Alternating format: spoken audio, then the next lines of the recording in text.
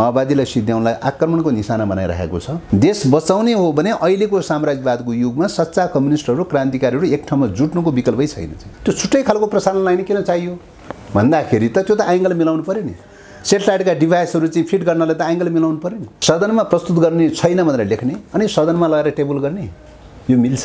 दल मिल्यो भने दुईटाले मात्रै खुरखुर बनाइरहने कुरा कहीँ मिल्छ? मैले के दावा गरेको छु र कुनै दिन मुलुक चाहिँ रहेन भनेदेखि त अरू के चिज बाँकी रह्यो? के अर्थ रह्यो अरू कुरा? नेपालमा दुईटा कुरा चाहिँ उसले डिमान्ड गर्दै आइरहेको विषय हो। यही चाहिँ सदनमा टेबल गर्नुपर्ने जरुरी किन छ? यसमा किन क्लज राखियो त? हैन, नेपालले त पूर्वाधार निर्माण त गरिरहेकै छ त। जुन खालको दुर्व्यवहार गरियो हैन, त्यस्तो घटना भोलि दोहोर्याउन सक्दैन भनेर भन्न नसकेला। राष्ट्रिय स्वाधीनता भन्दा माथि अरू कुनै पनि चिज हुँदैन। अब अन्तिम चरणमा पुगेको छ भन्ने लाग्छ। सबै कम्युनिस्टहरूलाई, सच्चा कम्युनिस्टहरूलाई एकीकरण गर्नुको पनि विकल्प छैन। मान्छे अन्तर्यामी सबै एकैचोटि बुझ्छ भनेर त भन्न सकिँदैन नि। मैले हस्ताक्षर गरेर आउनु भएको छ। आइपीएस को पार्ट हो भनेर यहाँ आएर घोषणा गरेको छ। एउटा कम्पनीसँग गरेको चाहिँ सम्झौता अन्तर्राष्ट्रिय कानुन हुन्छ?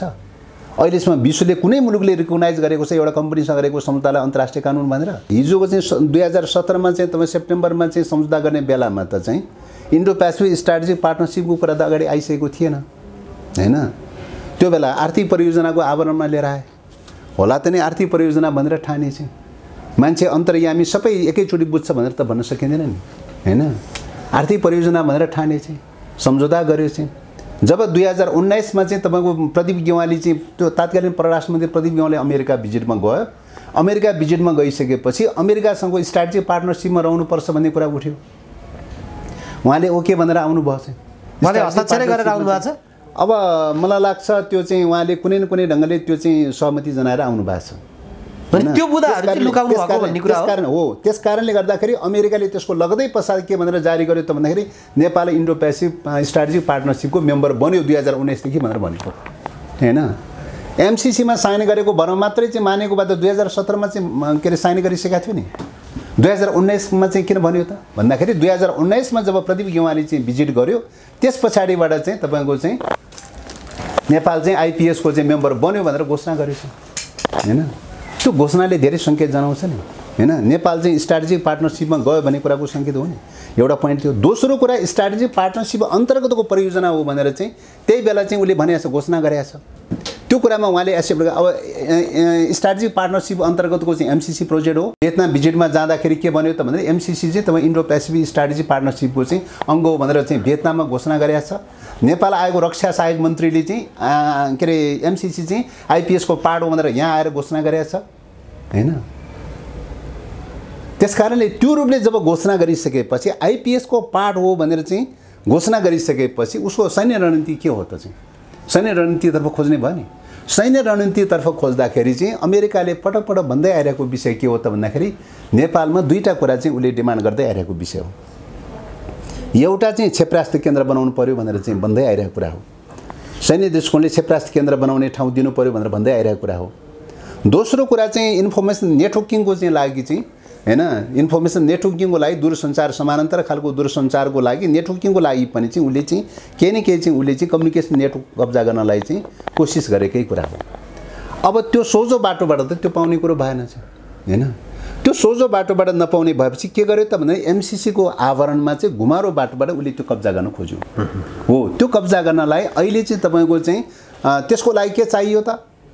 दूरसञ्चार सञ्चालन गर्नलाई, एनटीसी सञ्चालन गर्नलाई, समानान्तर एनटीसी सञ्चालन गर्नलाई हैन? Mobile phone, telephone, net, internet, communication सबै सञ्चालन गर्नलाई त अप्टिकल फाइबर लाइन चाहिन्छ नि। बेस त अप्टिकल फाइबर लाइन हो नि। अप्टिकल फाइबर लाइन चाहिँ चाहियो, उसलाई चाहिँ क्याप्चर गर्नु पर्यो। अप्टिकल फाइबर लाइन नभइकन त एनटीसी सञ्चालन गर्न त सकिँदैन चाहिँ हैन? अप्टिकल फाइबर लाइन बनाउनलाई त कहाँबाट पाउँछ त? प्रसारण लाइनबाट पाउने भएछ हैन? प्रसारण लाइनबाट अप्टिकल फाइबर लाइन पाउने भयो। त्यस कारणले ऊ प्रसारण लाइनमा आयो। अब त्यो प्रसारण लाइन प्राधिकरणलाई दिइदिउँ त चाहिँ अप्टिकल फाइबर लाइन त प्रयोग गर्न पाउँदैन चाहिँ हैन? फाइबर लाइन त प्रयोग गर्न पाउँदैन भनेपछि प्राधिकरण भन्दा छुट्टै संरचनाको डिमान्ड गर्यो उसले चाहिँ। छुट्टै कानुन, छुट्टै संरचनाको चाहिँ मान्यताबाट गयो। ठिक छ, यो सबै हो भने दोस्रो कुरा चाहिँ के त भन्दाखेरि चाहिँ अब सेटेलाइट नेटवर्क क्याप्चर गर्नु पर्यो। सेटेलाइट नेटवर्क क्याप्चर गर्नलाई के चाहियो त भन्दाखेरि चाहिँ एउटा त सेटेलाइटका डिभाइसहरू अहिले त मसिना सेटेलाइटका डिभाइसहरू डेभलप गरिसकेका चाहिँ छन्।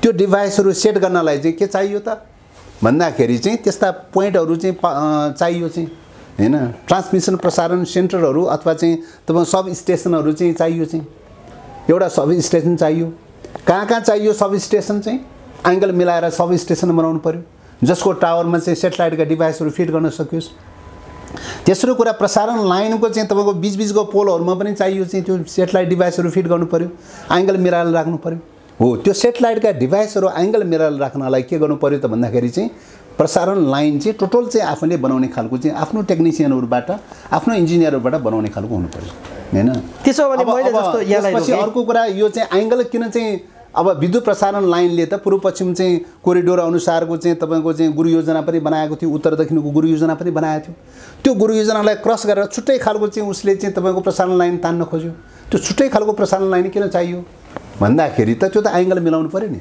सेटेलाइटका डिभाइसहरू चाहिँ फिट गर्नलाई त एङ्गल मिलाउनु पर्यो नि त्यो एङ्गलले नेपालको चाहिँ आकाशको मात्रै होइन चाइनाको आकाशको पनि चाहिँ सेटेलाइट डाटाहरू क्याच गर्नुपर्ने छ इन्डियाको आकाशको पनि सेटेलाइट डाटाहरू क्याच गर्नुपर्ने चाहिँ छ त्यही त यहाँले जुन विषय उठाउनु भयो त्यो विषयमा चाहिँ जस्तो आजको दिनमा के छन् भने नेपालको राजनीतिक दलहरू विभाजित भयो क्या नेकपा माओवादी केन्द्र अथवा यहाँको पार्टीले यथास्थितिमा हुँदैन भन्यो अब प्रतिपक्षी एमाले होइन पहिला रुलिङ पार्टीले के गर्छ त्यो अनुसार हामी पोजिसन बनाउँछौँ भन्यो काङ्ग्रेस चाहिँ होइन यो पास गर्नै पर्छ नेपालको हितमा छ भनेर लागिरहेछ त्यसका नेताहरू सबै चाहिँ नेपालको हितमा छ भनेर बोलिरहेका छन् अब त्यसो हो भने भोलिको दिनमा अहिले त यहाँहरू चाहिँ सत्ता गठबन्धनमा हुनुहुन्छ त्यो सरकारको नेतृत्वकर्ता दल जो छ नेपाली काङ्ग्रेस त्यसले अगाडि बढाउन चाह्यो प्रधानमन्त्रीले त फेरि मत पनि मागिराख्नु भएको छ लोकतान्त्रिक समाजवादी पार्टीसँग फोनै गर्नुभयो भन्ने कुराहरू आएको थियो भोलि यो टेबल गराउन लगियो भने के गर्ने त्यति बेला होइन यो त अब कोलिसन गभर्मेन्ट चाहिँ मा त सबै निर्णयहरू कोलिसनकै आधारमा आपसी सहमतिको आधारमा हुने कुरा हो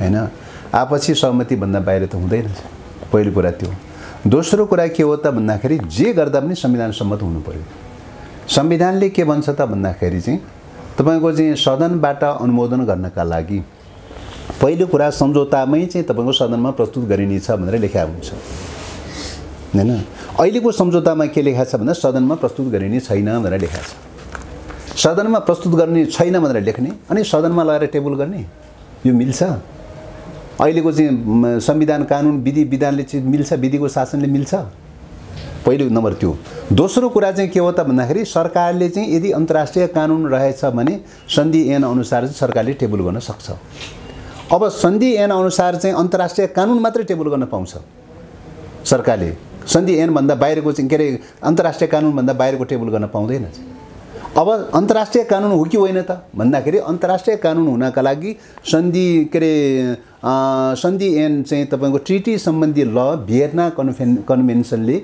एउटा पारित गरिरहेको चाहिँ छ त्यसको दफा 5 मा के भन्छ त भन्दाखेरि चाहिँ तपाईको चाहिँ अन्तर्राष्ट्रिय विभिन्न मुलुकहरूको बीचमा अन्तर्राष्ट्रिय संस्था निर्माण गर्नका लागि सम्झौता गरिएको छ भने त्यो अन्तर्राष्ट्रिय कानुन मान्यता प्राप्त हुन्छ त्यसलाई अन्तर्राष्ट्रिय कानुन भनिन्छ एउटा कम्पनीसँग गरेको चाहिँ सम्झौता अन्तर्राष्ट्रिय कानुन हुन्छ अहिलेसम्म विश्वले कुनै मुलुकले रिकगनाइज गरेको छ एउटा कम्पनीसँग गरेको सम्झौतालाई अन्तर्राष्ट्रिय कानुन भनेर कसैले पनि गरेको छैन अनि अन्तर्राष्ट्रिय कानुनै नभएको कुरा कुन संविधानको धारा र कानुनमा टेकेर चाहिँ सरकार के अरे सदनमा लिएर आउने अब यो समग्र समस्याहरू छन् भन्ने कारणले गर्दाखेरि चाहिँ किन त्यत्रो 3.5 अर्ब 4 अर्ब चाहिँ खर्च गरिहालेको सरकारले चौथो कुरा चाहिँ अर्को कुरा के हो त भन्दाखेरि आर्थिक परियोजनाको चाहिँ आवरणमा आएको चिज त एउटा पनि सदनमा टेबल गरेको छैन अहिलेसम्म अनि यही चाहिँ सदनमा टेबल गर्नुपर्ने जरुरी किन छ यसमा किन क्लज राखियो त हैन त्यस कारणले गर्दाखेरि चाहिँ तपाईको चाहिँ के हो त भन्दाखेरि यो कुनै पनि कोणबाट चाहिँ तपाईको संवैधानिक रूपले कानुनी रूपले सदनमा टेबल गर्ने संवैधानिक आधार नै मिट हुँदैन त्यसो भने यो पछिल्ला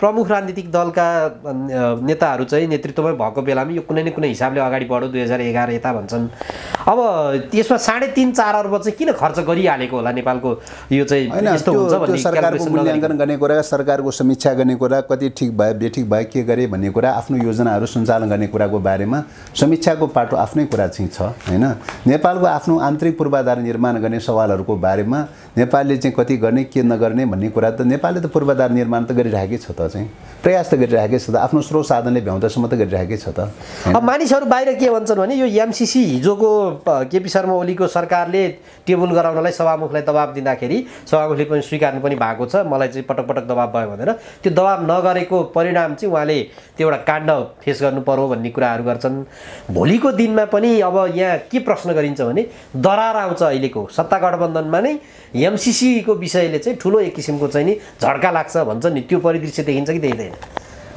निश्चित रूपले विगत कालमा सभामुखज्यूले चाहिँ तपाईँको टेबल गर्न नमान्दाखेरि तत्कालीन ओली सरकारले दबाब दिँदाखेरि नमानेको अवस्थाको कारणले गर्दाखेरि जुन प्रकारको उहाँमाथि अनैतिक ढङ्गले जुन प्रकारको अपराधी ढङ्गले मुद्दा लगाउने खालको काम गर्यो, मान्छे शत्रुतापूर्ण ढङ्गले चाहिँ विद्वेषपूर्ण ढङ्गले चाहिँ जुन खालको दुर्व्यवहार गरियो हैन, त्यस्तो घटना भोलि दोहोर्याउन सक्दैन भनेर भन्न नसकेला। जबसम्म राष्ट्रिय आत्मसम्मतवादी चिन्तन, घुँडा टेकुवावादी चिन्तन, दलालीको चिन्तन रहिरहन्छ तबसम्म यस्ता प्रकारका परिघटनाहरू घटिरहन्छ हैन। घट्न सक्दैन भनेर भन्न सकिँदैन, घट्न सक्छ। तर जस्तोसुकै परिघटनाहरू, जस्तोसुकै चुनौतीहरूको सामना गर्न किन नपरोस्, राष्ट्रिय स्वाधीनताभन्दा माथि अरू कुनै पनि चिज हुँदैन। राष्ट्रिय स्वाधीनताभन्दा माथि न सरकार हुन्छ, न गठबन्धन हुन्छ, न पार्टी हुन्छ हैन। त्यसकारणले गर्दाखेरि राष्ट्रिय स्वाधीनताको मूल्य मान्यतासँग कुनै पनि सरकारको अथवा कुनै पनि गठबन्धनको या कुनै पनि दलको तुलना गरेर अवमूल्यन गर्न मिल्दैन भन्ने लाग्छ। राष्ट्रिय स्वाधीनताको प्रश्न भनेको सर्वोपरि मान्यता हो हैन। राष्ट्र छ, स्वाधीनता छ भने पार्टी पनि गठन हुन्छ, सरकार पनि गठन हुन्छ, नभए डेमोक्रेसी पनि आउँछ, सबै कुरा समाजवाद पनि आउला। मुलुक चाहिँ रहेन भनेदेखि त अरू के चिज बाँकी रह्यो, के अर्थ रह्यो अरू कुरा हुन्छ? म त्यसो भने अर्को यो अरू त राष्ट्रिय स्वाधीनताको मुद्दासँग कहिले गठबन्धनको कुरा उचाल्ने, कहिले चाहिँ तपाईँ सरकारको कुरा उचाल्ने, कहिले कुनै दलले मानेको छ कि छैन भन्ने कुरा उचालेर चाहिँ तपाईँको चाहिँ राष्ट्रिय स्वाधीनताको मूल्यलाई अवमूल्यन गर्न चाहिँ कदापि हुनु हुँदैन। यो मन्त्री परिषदले पनि पूर्णता पाएको छैन। म अर्को विषयमा जान्छु। हामी 2 महिना भइसक्यो। यो सरकार चाहिँ मानिसहरू बाहिर के कुरा काट्छन् भने केपी शर्मा ओलीलाई हटाउने भन्ने म्यान्डेट चाहिँ लिएर राजनीतिक दलहरू एक ठाउँमा आए, त्यसपछि चाहिँ के गर्ने त भन्ने कुराहरूमा चाहिँ नि त्यो भएन। एउटा त्यो न्यूनतम साझा कार्यक्रम चाहिँ देखाए, तर तैपनि हिजोको सरकारभन्दा बढी चाहिँ अलोकप्रिय हुँदै गयो यो सरकार त भन्छन् नि। यहाँ सत्ता साझेदारको प्रमुख दल सरकार विस्तारको बारेको जो कुरा गर्नु भएको छ, सरकार विस्तारको बारेमा अब नीतिगत रूपले दलहरूको बिचमा सहमति भएर अगाडि बढेकै विषय भइहाल्यो। त नीतिगत कुरा मात्रै भएर त पुग्दैन, विधिको शासनलाई पनि फलो गर्नु पर्यो, विधिलाई पनि हेर्नु पर्यो हैन। दल दर्ता सम्बन्धी, दल विधान सम्बन्धी तपाईँको अस्ति भर्खरैसम्म दल प्रक्रिया चलिरहेकै थियो। 22 गतेसम्म त दल दर्ता सम्बन्धी प्रक्रिया नै चलिरहेको अवस्था थियो। त्यो त कम्प्लिट हुन दिनु पर्यो नि हैन। त्यस्तै गरिकन चाहिँ अरू चाहिँ तपाईँको कतिपय व्यवहारिक जटिलताहरू पनि हुनसक्छ। सर्वोच्चमा मुद्दा परेको छ, मुद्दा छ चाहिँ हैन। मुद्दा के फैसला हुन्छ, कस्तो हुन्छ, त्यो पनि त चाहिँ तपाईँको चाहिँ हेर्नुपर्ने कुराहरू त आउन सक्छ। सर्वोच्चले उल्टा पाल्टा जे गरे तापनि त विधिको शासनलाई फलो गर्ने क्रममा त सर्वोच्चको आदेशलाई त फलो गर्नुको विकल्प रहँदैन चाहिँ हैन। त्यस कारणले गर्दाखेरि हामीले नीतिगत हिसाबले निश्चित रूपले कोलिसन गभर्मेन्ट हो, नीतिगत कार्यान्वयन गर्ने विषयहरूको बारेमा दलहरूको बिचमा आपसी सहमतिमै चलिरहेको अवस्था छ। चाहे 4 जना मन्त्री हो, चाहे 2 जना हो, जतिसुकै किन नहोस् हैन, दलहरूको बिचमा आपसी सहमति र समझदारीकै आधारमा गइरहेको अवस्था छ। त्यसमा मन्त्री पनि फुलफिल गर्न पाए अझ राम्रो हुन्थ्यो भने त आफ्नो ठाउँमा छ। तर चाहेर मात्रै हुने विषय पनि त होइन त, त्यो त विधिले पनि फलो गर्नु पर्यो नि हैन। त्यसकारणले विधिले पनि फलो गर्ने प्रक्रियामा सायद मलाई लाग्छ अब अन्तिम विधिको हिसाबले पनि अब अन्तिम चरणमा पुगेको छ भन्ने लाग्छ। त्यो त नेकपा समाजवादीलाई मात्र लाग्ला, नेकपा माओवादी केन्द्र र कांग्रेसले त मन्त्री आफूले टुङ्गाए भयो नि त। तर पार्टी अध्यक्षले त यहाँहरू सबैलाई आरोप लाग्नु 49 जनाले मसँग मन्त्री पद माग्न आए भनेर। अब त्यो कुन प्रसङ्गमा कुन सन्दर्भमा के सोचेर भन्नुभयो, त्यही कारणले गर्दाखेरि मन्त्रीमण्डल विस्तारमा अड्केको भन्ने कुरा चाहिँ यथार्थसम्मत विषय होइन चाहिँ हैन, यथार्थसम्मत विषय होइन। सांसदहरू मध्येमा 49 जना सांसदहरू मध्येमा अध्यक्ष स्वयं पनि हुनुहुन्छ। उहाँले आफ्नै लागि मन्त्री बन्नलाई दावा गर्नुभयो होला त। सांसदहरू मध्येमा चाहिँ मै पनि छु प्रमुख सचेतक, मैले के दावा गरेको छु र कुनै दिन हैन। त्यस कारणले गर्दाखेरि यो चाहिँ तपाईँको चाहिँ कुनै मतलब उसमा चाहिँ रियालिटीसँग मेल नखाने खालका विषयहरू अरू साङ्केतिक ढङ्गले प्रतीकात्मक ढङ्गले उहाँले बोल्न सक्नुहुन्छ। ग्राउन्ड रियालिटीसँग मेल नखाने विषयहरू हुने विषय छ हैन। त्यसकारणले यिनै कारणले सदन के अरे क्याबिनेट विस्तारमा अड्कियो भन्ने कुरा त झनै सत्य तथ्यसम्मत विषय होइन चाहिँ। किन भन्दाखेरि त्यो त अब गठबन्धनमा गइसकेपछि त सबै दलको चाहिँ समावेशीको प्रिन्सिपलबाट हेर्नु पर्यो नि हैन। एउटा दलले मात्रै खुरखुर बनाइरहने, 2टा दल मिल्यो भने 2टाले मात्रै खुरखुर बनाइरहने कुरा कहीँ मिल्छ? सामान्य कल्चरलाई त मान्यता त फलो गर्नु पर्यो नि, गठबन्धनको सहमतिको मान्यतालाई त फलो गर्नु पर्यो नि। अहिले चाहिँ यो समाजवादी के अरे को प्रश्न मात्र नभइकन चाहिँ तपाईँको चाहिँ उपेन्द्रजीहरूको सन्दर्भमा पनि चाहिँ चाहिँ यो कुरा लागू हुन्छ। उहाँहरूको पनि दलको चाहिँ प्रक्रियाबाट चाहिँ एउटा ढङ्गले चाहिँ भर्खरै चाहिँ टुङ्ग्याएर आउनु भएको छ चाहिँ। त्यस कारणले गर्दाखेरि दलहरूको चाहिँ आफ्नो वैधानिक पोजिसनहरू सबै कुरा त कम्प्लिट हुन दिनु पर्यो। यहाँहरूको पार्टीको विषयमा प्रश्न गर्छु। नेकपा माओवादी केन्द्र चाहिँ यति बेला आलु जस्तो भयो, जुन तरकारीमा हाले पनि भनेको जुन सरकार बनाउनलाई पनि सहयोगी भूमिकामा चाहिँ रहने भयो।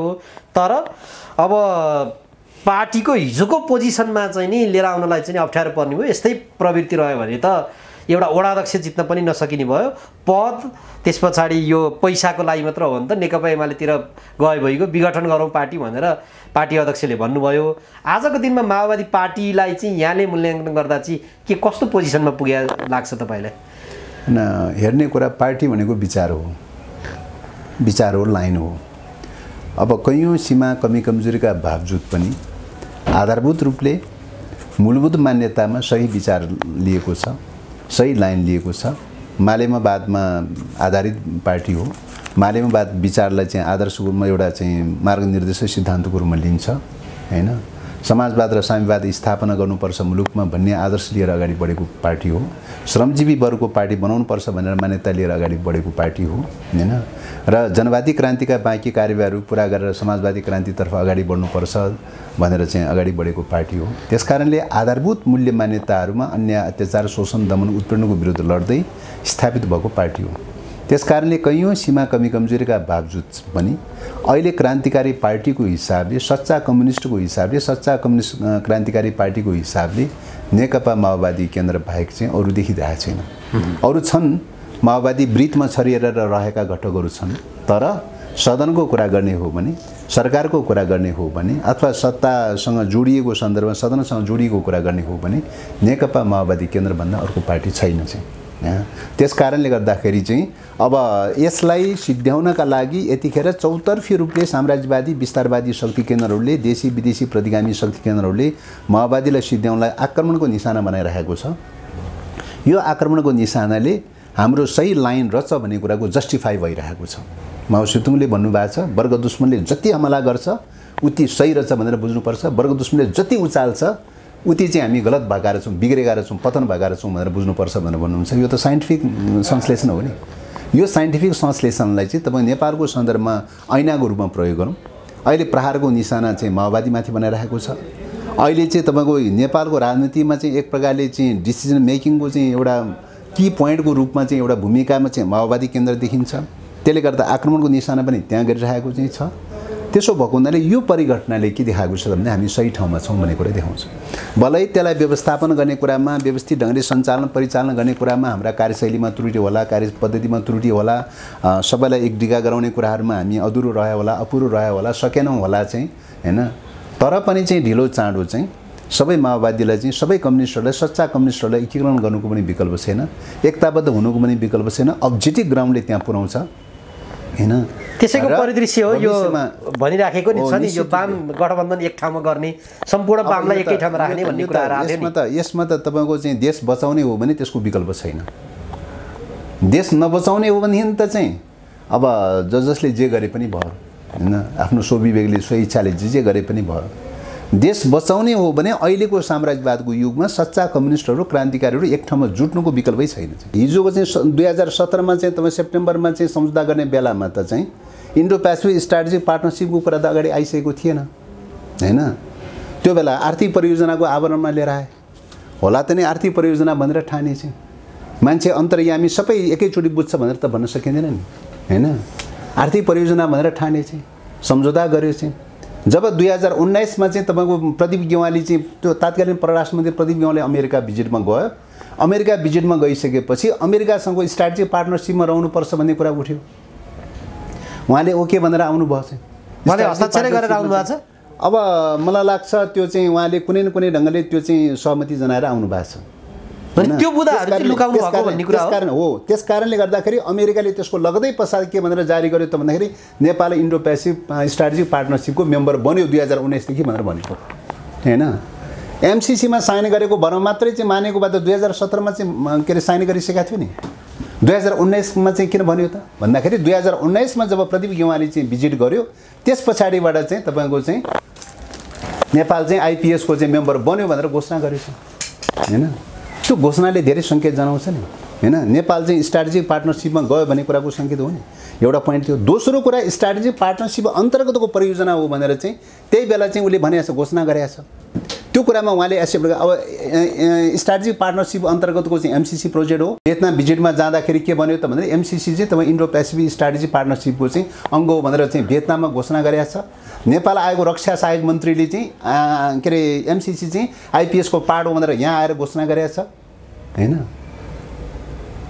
त्यसकारणले त्यो रूपले जब घोषणा गरिसकेपछि आइपिएसको पार्ट हो भनेर चाहिँ घोषणा गरिसकेपछि उसको सैन्य रणनीति के हो त चाहिँ सैन्य रणनीतितर्फ खोज्ने भयो नि। सैन्य रणनीतितर्फ खोज्दाखेरि चाहिँ अमेरिकाले पटक पटक भन्दै आइरहेको विषय के हो त भन्दाखेरि नेपालमा दुईवटा कुरा चाहिँ उसले डिमान्ड गर्दै आइरहेको विषय हो। एउटा चाहिँ क्षेपणास्त्र केन्द्र बनाउनु पर्यो भनेर चाहिँ भन्दै आइरहेको कुरा हो। सैन्य दृष्टिकोणले क्षेपणास्त्र केन्द्र बनाउने ठाउँ दिनु पर्यो भनेर भन्दै आइरहेको कुरा हो। दोस्रो कुरा चाहिँ इन्फर्मेसन नेटवर्किङको चाहिँ लागि चाहिँ हैन, इन्फर्मेसन नेटवर्किङको लागि दूरसञ्चार समानान्तर खालको दूरसञ्चारको लागि नेटवर्किङको लागि पनि चाहिँ उसले चाहिँ केही न केही चाहिँ उसले चाहिँ कम्युनिकेसन नेटवर्क कब्जा गर्नलाई चाहिँ कोसिस गरेकै कुरा हो। अब त्यो सोझो बाटोबाट त त्यो पाउने कुरो भएन चाहिँ हैन।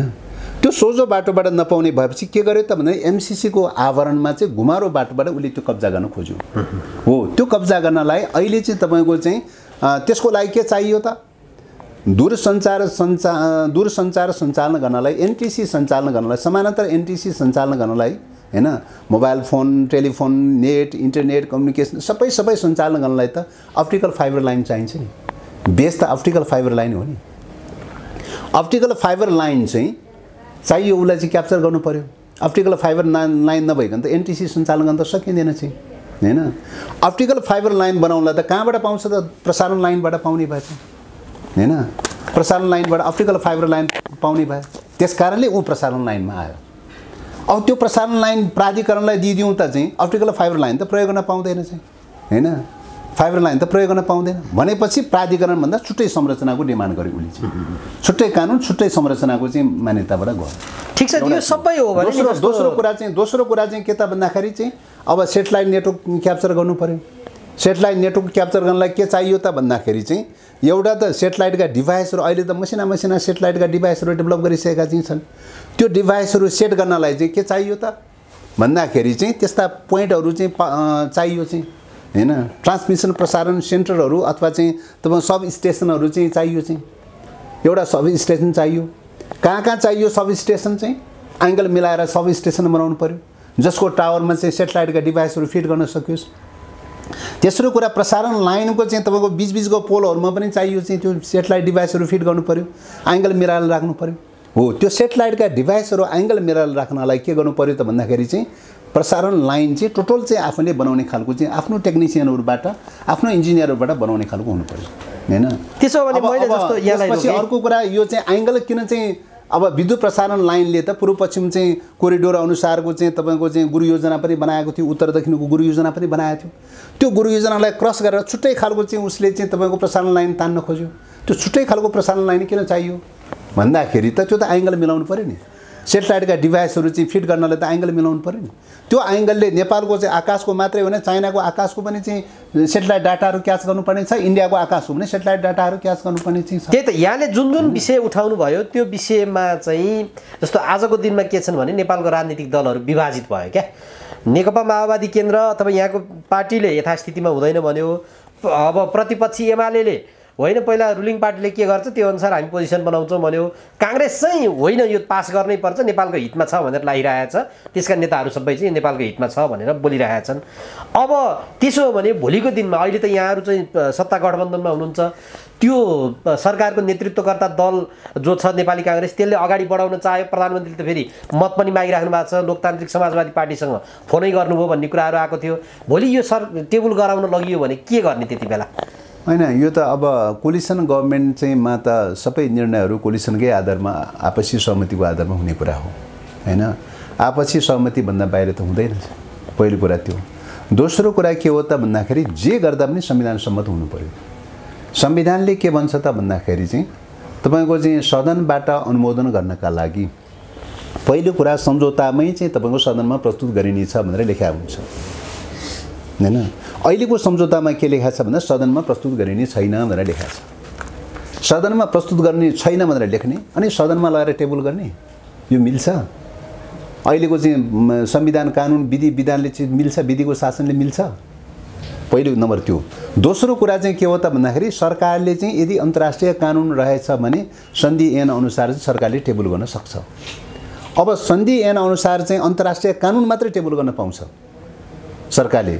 सन्धि ऐनभन्दा बाहिरको चाहिँ के अरे अन्तर्राष्ट्रिय कानुनभन्दा बाहिरको टेबल गर्न पाउँदैन। अब अन्तर्राष्ट्रिय कानुन हो कि होइन त भन्दाखेरि अन्तर्राष्ट्रिय कानुन हुनका लागि सन्धि के अरे सन्धि ऐन चाहिँ तपाईँको ट्रिटी सम्बन्धी ल भियना कन्भेन्सनले एउटा पारित गरिरहेको चाहिँ छ। त्यसको दफा 5 मा के भन्छ त भन्दाखेरि चाहिँ तपाईँको चाहिँ अन्तर्राष्ट्रिय विभिन्न मुलुकहरूको बिचमा अन्तर्राष्ट्रिय संस्था निर्माण गर्नका लागि सम्झौता गरिएको छ भने त्यो अन्तर्राष्ट्रिय कानुन मान्यता प्राप्त हुन्छ। त्यसलाई अन्तर्राष्ट्रिय कानुन भनिन्छ। एउटा कम्पनीसँग गरेको चाहिँ सम्झौता अन्तर्राष्ट्रिय कानुन हुन्छ? अहिलेसम्म विश्वले कुनै मुलुकले रिकगनाइज गरेको छ एउटा कम्पनीसँग गरेको सम्झौतालाई अन्तर्राष्ट्रिय कानुन भनेर? कसैले पनि गरेको छैन। अनि अन्तर्राष्ट्रिय कानुनै नभएको कुरा कुन संविधानको धारा र कानुनमा टेकेर चाहिँ सरकार के अरे सदनमा लिएर आउने? अब यो समग्र समस्याहरू छन् भन्ने कारणले गर्दाखेरि चाहिँ किन त्यत्रो 3.5 अर्ब 4 अर्ब चाहिँ खर्च गरिहालेको सरकारले? चौथो कुरा चाहिँ अर्को कुरा के हो त भन्दाखेरि आर्थिक परियोजनाको चाहिँ आवरणमा आएको चिज त एउटा पनि सदनमा टेबल गरेको छैन अहिलेसम्म। अनि यही चाहिँ सदनमा टेबल गर्नुपर्ने जरुरी किन छ? यसमा किन क्लज राखियो त? हैन, त्यस कारणले गर्दाखेरि चाहिँ तपाईको चाहिँ के हो त भन्दाखेरि यो कुनै पनि कोणबाट चाहिँ तपाईँ संवैधानिक रूपले कानुनी रूपले सदनमा टेबल गर्ने संवैधानिक आधार नै मिट हुँदैन। त्यसो भने यो पछिल्ला प्रमुख राजनीतिक दलका नेताहरू चाहिँ नेतृत्वमै भएको बेलामा यो कुनै न कुनै हिसाबले अगाडि बढ्यो 2011 यता भन्छन्। अब यसमा 3.5-4 अर्ब चाहिँ किन खर्च गरिहालेको होला नेपालको? यो चाहिँ यस्तो हुन्छ भन्ने सरकारको मूल्याङ्कन गर्ने कुरा, सरकारको समीक्षा गर्ने कुरा, कति ठिक भयो बेठिक भयो के गरे भन्ने कुरा, आफ्नो योजनाहरू सञ्चालन गर्ने कुराको बारेमा समीक्षाको पाटो आफ्नै कुरा चाहिँ छ हैन। नेपालको आफ्नो आन्तरिक पूर्वाधार निर्माण गर्ने सवालहरूको बारेमा नेपालले चाहिँ कति गर्ने के नगर्ने भन्ने कुरा त नेपालले त पूर्वाधार निर्माण त गरिरहेकै छ त, चाहिँ प्रयास त गरिरहेकै छ त, आफ्नो स्रोत साधनले भ्याउँदासम्म त गरिरहेकै छ त। अब मानिसहरू बाहिर के भन्छन् भने यो एमसीसी हिजोको केपी शर्मा ओलीको सरकारले टेबल गराउनलाई सभामुखलाई दबाब दिँदाखेरि सभामुखले पनि स्वीकार्नु पनि भएको छ, मलाई चाहिँ पटक पटक दबाब भयो भनेर। त्यो दबाब नगरेको परिणाम चाहिँ उहाँले त्यो एउटा काण्ड फेस गर्नु पर्यो भन्ने कुराहरू गर्छन्। भोलिको दिनमा पनि अब यहाँ के प्रश्न गरिन्छ भने दरार आउँछ अहिलेको सत्ता गठबन्धनमा नै एमसीसी को विषयले चाहिँ ठुलो एक किसिमको चाहिँ नि झड्का लाग्छ भन्छ नि, त्यो परिदृश्य देखिन्छ कि देखिँदैन? निश्चित रूपले विगत कालमा सभामुखज्यूले चाहिँ तपाईँको टेबल गर्न नमान्दाखेरि तत्कालीन ओली सरकारले दबाब दिँदाखेरि नमानेको अवस्थाको कारणले गर्दाखेरि जुन प्रकारको उहाँमाथि अनैतिक ढङ्गले जुन प्रकारको अपराधी ढङ्गले मुद्दा लगाउने खालको काम गर्यो, मान्छे शत्रुतापूर्ण ढङ्गले चाहिँ विद्वेषपूर्ण ढङ्गले चाहिँ जुन खालको दुर्व्यवहार गरियो हैन, त्यस्तो घटना भोलि दोहोर्याउन सक्दैन भनेर भन्न नसकेला। जबसम्म राष्ट्रिय आत्मसम्मानवादी चिन्तन, गुणाटेकुवावादी चिन्तन, दलालीको चिन्तन रहिरहन्छ तबसम्म यस्ता प्रकारका परिघटनाहरू घटिरहन्छ हैन। घट्न सक्दैन भनेर भन्न सकिँदैन, घट्न सक्छ। तर जस्तोसुकै परिघटनाहरू जस्तोसुकै चुनौतीहरूको सामना गर्न किन नपरोस्, राष्ट्रिय स्वाधीनताभन्दा माथि अरू कुनै पनि चिज हुँदैन। राष्ट्रिय स्वाधीनताभन्दा माथि न सरकार हुन्छ, न गठबन्धन हुन्छ, न पार्टी हुन्छ हैन। त्यस कारणले गर्दाखेरि राष्ट्रिय स्वाधीनताको मूल्य मान्यतासँग कुनै पनि सरकारको अथवा कुनै पनि गठबन्धनको या कुनै पनि दलको तुलना गरेर अवमूल्यन गर्न मिल्दैन भन्ने लाग्छ। राष्ट्रिय स्वाधीनताको प्रश्न भनेको सर्वोपरि मान्यता हो हैन। राष्ट्र छ, स्वाधीनता छ भने पार्टी पनि गठन हुन्छ, सरकार पनि गठन हुन्छ, नभए डेमोक्रेसी पनि आउँछ, सबै कुरा समाजवाद पनि आउला। मुलुक चाहिँ रहेन भनेदेखि त अरू के चिज बाँकी रह्यो, के अर्थ रह्यो अरू कुरा हुन्छ? म त्यसो भने अर्को यो अरू त राष्ट्रिय स्वाधीनताको मुद्दासँग कहिले गठबन्धनको कुरा उचाल्ने, कहिले चाहिँ तपाईँ सरकारको कुरा उचाल्ने, कहिले कुनै दलले मानेको छ कि छैन भन्ने कुरा उचालेर चाहिँ तपाईँको चाहिँ राष्ट्रिय स्वाधीनताको मूल्यलाई अवमूल्यन गर्न चाहिँ कदापि हुनु हुँदैन।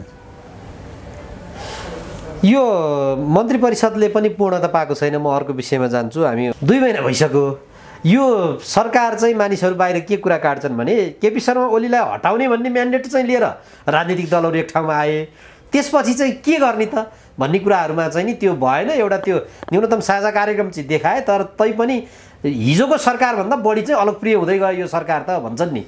यहाँ सत्ता साझेदारको प्रमुख दल सरकार विस्तारको बारेको जो कुरा गर्नु भएको छ, सरकार विस्तारको बारेमा अब नीतिगत रूपले दलहरूको बिचमा सहमति भएर अगाडि बढेकै विषय भइहाल्यो। त नीतिगत कुरा मात्रै भएर त पुग्दैन विधिको शासनलाई पनि फलो गर्नु पर्यो, विधिलाई पनि हेर्नु पर्यो हैन। दल दर्ता सम्बन्धी, दल विधान सम्बन्धी तपाईको अस्ति भर्खरैसम्म दल प्रक्रिया चलिरहेकै थियो। 22 गतेसम्म त दल दर्ता सम्बन्धी प्रक्रिया नै चलिरहेको अवस्था थियो। त्यो त कम्प्लिट हुन दिनु पर्यो नि हैन। त्यस्तै गरिकन चाहिँ अरू चाहिँ तपाईको कतिपय व्यवहारिक जटिलताहरू पनि हुन सक्छ। सर्वोच्चमा मुद्दा परेको छ, मुद्दा छ चाहिँ हैन। मुद्दा के फैसला हुन्छ, कस्तो हुन्छ, त्यो पनि त चाहिँ तपाईको चाहिँ हेर्नुपर्ने कुराहरू त आउन सक्छ। सर्वोच्चले उल्टा पाल्टा जे गरे तापनि त विधिको शासनलाई फलो गर्ने क्रममा त सर्वोच्चको आदेशलाई त फलो गर्नुको विकल्प रहँदैन चाहिँ हैन। त्यस कारणले गर्दाखेरि हामीले नीतिगत हिसाबले निश्चित रूपले कोलिसन गभर्नमेन्ट हो, नीतिगत कार्यान्वयन गर्ने विषयहरूको बारेमा दलहरूको बिचमा आपसी सहमतिमै चलिरहेको अवस्था छ। चाहे 4 जना मन्त्री हो, चाहे 2 जना हो, जतिसुकै किन नहोस् हैन, दलहरूको बिचमा आपसी सहमति र समझदारीकै आधारमा गइरहेको अवस्था छ। त्यसमा मन्त्री पनि फुलफिल गर्न पाए अझ राम्रो हुन्थ्यो भने त आफ्नो ठाउँमा छ। तर चाहेर मात्रै हुने विषय पनि त होइन त, त्यो त विधिले पनि फलो गर्नु पर्यो नि हैन। त्यसकारणले विधिले पनि फलो गर्ने प्रक्रियामा सायद मलाई लाग्छ अब अन्तिम विधिको हिसाबले पनि अब अन्तिम चरणमा पुगेको छ भन्ने लाग्छ। त्यो त नेकपा समाजवादीलाई मात्र लाग्ला, नेकपा माओवादी केन्द्र र कांग्रेसले त मन्त्री आफूले टुङ्गाए भयो नि त। तर पार्टी अध्यक्षले त यहाँहरु सबैलाई आरोप लाग्नु 49 जनाले मसँग मन्त्री पद माग्न आए भनेर। अब त्यो कुन प्रसंगमा कुन सन्दर्भमा के सोचेर भन्नुभयो, त्यही कारणले गर्दाखेरि मन्त्रीमण्डल विस्तारमा अड्केको भन्ने कुरा चाहिँ यथार्थसम्मत विषय होइन चाहिँ हैन, यथार्थसम्मत विषय होइन। सांसदहरू मध्येमा 49 जना सांसदहरू मध्येमा अध्यक्ष स्वयं पनि हुनुहुन्छ। उहाँले आफ्नै लागि मन्त्री बन्नलाई दावा गर्नुभयो होला त। सांसदहरू मध्येमा चाहिँ मै पनि छु प्रमुख सचेतक, मैले के दावा गरेको छु र कुनै दिन हैन। त्यसकारणले गर्दाखेरि यो चाहिँ तपाईको चाहिँ कुनै मतलब उसमा चाहिँ रियालिटीसँग मेल नखाने खालका विषयहरू अरू सांकेतिक ढङ्गले प्रतीकात्मक ढङ्गले उहाँले बोल्न सक्नुहुन्छ। ग्राउन्ड रियालिटीसँग मेल नखाने विषयहरू हुने विषय छ हैन। त्यसकारणले यिनै कारणले सदन के अरे क्याबिनेट विस्तारमा अड्कियो भन्ने कुरा त झनै सत्य तथ्यसम्मत विषय होइन चाहिँ। किन भन्दाखेरि त्यो त अब गठबन्धनमा गइसकेपछि त सबै दलको चाहिँ समावेशीको प्रिन्सिपलबाट हेर्नु पर्यो नि हैन। एउटा दलले मात्रै खुरखुर बनाइराख्ने, दुईटा दल मिल्यो भने दुईटाले मात्रै खुरखुर बनाइराख्ने कुरा कहीँ मिल्छ? सामान्य कल्चरलाई त मान्यता त फलो गर्नु पर्यो नि, गठबन्धनको सहमतिको मान्यतालाई त फलो गर्नु पर्यो नि। अहिले चाहिँ यो समाजवादी के अरे को प्रश्न मात्र नभइकन चाहिँ तपाईको चाहिँ उपेन्द्रजीहरूको सन्दर्भमा पनि चाहिँ यो कुरा लागू हुन्छ। उहाँहरूको पनि दलको चाहिँ प्रक्रियाबाट चाहिँ एउटा ढङ्गले चाहिँ भर्खरै चाहिँ टुङ्ग्याएर आउनु भएको छ चाहिँ। त्यस कारणले गर्दाखेरि दलहरूको चाहिँ आफ्नो वैधानिक पोजिसनहरू सबै कुरा त कम्प्लिट हुन दिनु पर्यो। त यहाँहरूको पार्टीको विषयमा प्रश्न गर्छु। नेकपा माओवादी केन्द्र चाहिँ यति बेला आलु जस्तो भयो, जुन तरकारीमा हाले पनि भनेको जुन सरकार बनाउनलाई पनि सहयोगी भूमिकामा चाहिँ रहने भयो। तर अब पार्टीको हिजोको पोजिसनमा चाहिँ नि लिएर आउनलाई चाहिँ अप्ठ्यारो पर्ने भयो। यस्तै प्रवृत्ति रह्यो भने त एउटा वडाध्यक्ष जित्न पनि नसकिने भयो। पद त्यस पछाडि यो पैसाको लागि मात्र हो भने त नेकपा एमालेतिर गए भइगयो, विघटन गरौँ पार्टी भनेर पार्टी अध्यक्षले भन्नुभयो। आजको दिनमा माओवादी पार्टीलाई चाहिँ यहाँले मूल्याङ्कन गर्दा चाहिँ के कस्तो पोजिसनमा पुगे लाग्छ तपाईँलाई? हैन, हेर्ने कुरा पार्टी भनेको विचार हो, लाइन हो। अब कैयौँ सीमा कमी कमजोरीका बावजुद पनि आधारभूत रूपले मूलभूत मान्यतामा सही विचार लिएको छ, सही लाइन लिएको छ। मालेमावादमा आधारित पार्टी हो। मालेमावाद विचारलाई चाहिँ आदर्शको रूपमा एउटा चाहिँ मार्गनिर्देशक सिद्धान्तको रूपमा लिन्छ हैन। समाजवाद र साम्यवाद स्थापना गर्नुपर्छ मुलुकमा भन्ने आदर्श लिएर अगाडि बढेको पार्टी हो। श्रमजीवी वर्गको पार्टी बनाउनुपर्छ भनेर मान्यता लिएर अगाडि बढेको पार्टी हो हैन। र जनवादी क्रान्तिका बाँकी कार्यवाहीहरू पुरा गरेर समाजवादी क्रान्तितर्फ अगाडि बढ्नुपर्छ भनेर चाहिँ अगाडि बढेको पार्टी हो। त्यसकारणले आधारभूत मूल्य मान्यताहरूमा अन्याय, अत्याचार, शोषण, दमन, उत्पीडनको विरुद्ध लड्दै स्थापित भएको पार्टी हो। त्यसकारणले कैयौँ सीमा कमी कमजोरीका बावजुद पनि अहिले क्रान्तिकारी पार्टीको हिसाबले, सच्चा कम्युनिस्टको हिसाबले, सच्चा कम्युनिस्ट क्रान्तिकारी पार्टीको हिसाबले नेकपा माओवादी केन्द्र बाहेक चाहिँ अरू देखिरहेको छैन। अरू छन्, माओवादी वृत्तमा छरिएर रहेका घटकहरू छन्। तर सदनको कुरा गर्ने हो भने, सरकारको कुरा गर्ने हो भने, अथवा सत्तासँग जोडिएको सन्दर्भमा सदनसँग जोडिएको कुरा गर्ने हो भने नेकपा माओवादी केन्द्रभन्दा अर्को पार्टी छैन चाहिँ। त्यस कारणले गर्दाखेरि चाहिँ अब यसलाई सिद्ध्याउनका लागि यतिखेर चौतर्फी रूपले साम्राज्यवादी विस्तारवादी शक्ति केन्द्रहरूले, देशी विदेशी प्रतिगामी शक्ति केन्द्रहरूले माओवादीलाई सिद्ध्याउनलाई आक्रमणको निशाना बनाइरहेको छ। यो आक्रमणको निशानाले हाम्रो सही लाइन रहेछ भन्ने कुराको जस्टिफाई भइरहेको छ। माओ सेतुङले भन्नुभएको छ वर्ग दुश्मनले जति हमला गर्छ उति सही रहेछ भनेर बुझ्नुपर्छ, वर्ग दुश्मनले जति उचाल्छ उति चाहिँ हामी गलत भएका रहेछौँ, बिग्रेका रहेछौँ, पतन भएका रहेछौँ भनेर बुझ्नुपर्छ भनेर भन्नुहुन्छ। यो त साइन्टिफिक संश्लेषण हो नि। यो साइन्टिफिक संश्लेषणलाई चाहिँ तपाईँ नेपालको सन्दर्भमा ऐनाको रूपमा प्रयोग गरौँ। अहिले प्रहारको निशाना चाहिँ माओवादीमाथि बनाइरहेको छ। अहिले चाहिँ तपाईँको नेपालको राजनीतिमा चाहिँ एक प्रकारले चाहिँ डिसिजन मेकिङको चाहिँ एउटा की पोइन्टको रूपमा चाहिँ एउटा भूमिकामा चाहिँ माओवादी केन्द्र देखिन्छ। त्यसले गर्दा आक्रमणको निशाना पनि त्यहाँ गरिरहेको चाहिँ छ। त्यसो भएको हुनाले यो परिघटनाले के देखाएको छ भने हामी सही ठाउँमा छौँ भन्ने कुरा देखाउँछ।